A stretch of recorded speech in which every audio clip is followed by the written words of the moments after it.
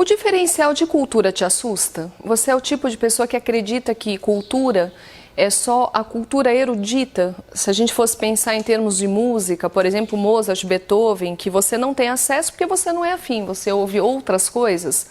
Dá uma olhadinha nas melhores redações do Enem de 2019, 2018, você vai perceber que não.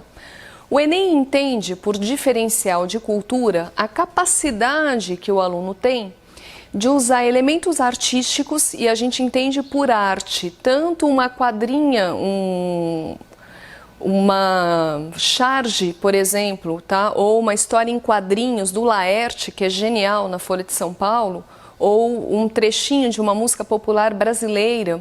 Pode ser um trecho Gabriel Pensador. Hoje eu tô feliz, matei o presidente. Hoje eu tô feliz, matei o presidente, matei o presidente. Pode ser uma música do Chico Buarque. Oi, coração, não dá pra falar muito não.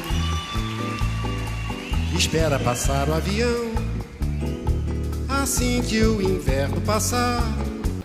Ou seja, a gente entende por diferencial de cultura a música popular. A gente entende como diferencial de cultura o filme que você assiste na Netflix. Tanto que uma série de alunos, né, quando caiu a manipulação do comportamento humano por meio dos algoritmos, uma série de alunos usou o Black Mirror, que é uma série que tem na Netflix. E essa série de alunos tirou nota alta, quase perto de 1000. A gente teve pelo menos umas 30 redações com notas altíssimas que usaram esse repertório cultural.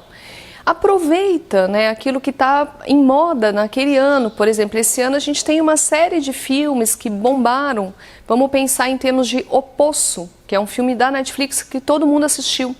Qual que é a tese do Poço? Que o sistema capitalista, como ele se propõe hoje, ele é inviável, né? Porque a gente teria os andares como as várias classes sociais. E à medida que você permite que o andar 270 aconteça, e lá a barbárie reina, porque uma pessoa tem que comer a outra, você está permitindo um crime contra a ideia de humanidade, né? Se um ser humano tem que comer outro, e isso evidentemente que é uma metáfora, para poder sobreviver, nós pecamos contra a ideia daquilo que a gente conhece por ser humano. Então, como diferencial de cultura, você já tem um repertório.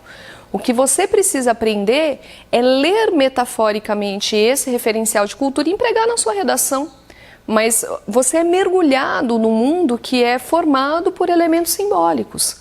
O tempo todo você faz caminhada ouvindo música, né? Você chega na tua casa e assiste uma série. Vamos pensar, por exemplo, nos Peaky Blinders, que fizeram um baita de um sucesso. Você pode usar essa série de televisão até para falar, por exemplo, na mudança de hábitos, né? Ou na mudança de percepção em relação aos vícios.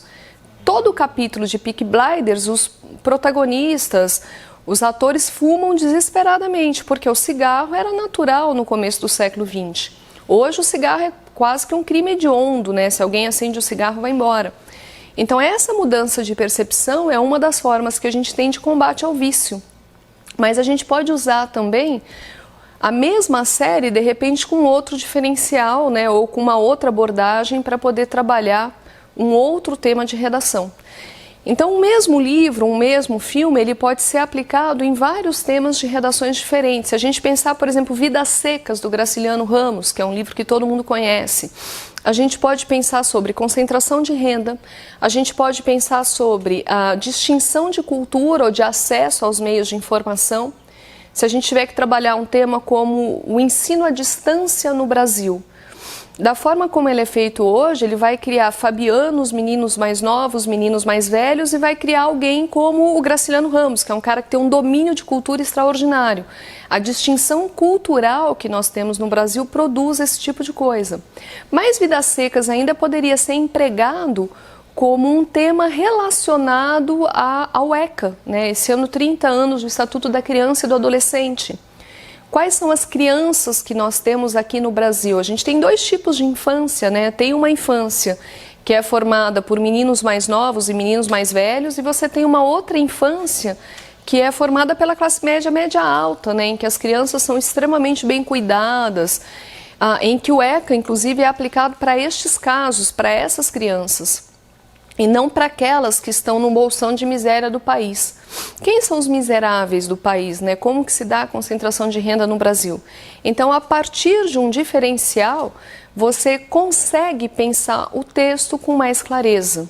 Na verdade, o que o Enem quer nesse critério? Que você prove que você é capaz de interpretar o teu mundo, que você é um protagonista da história porque você tem acesso aos elementos de cultura.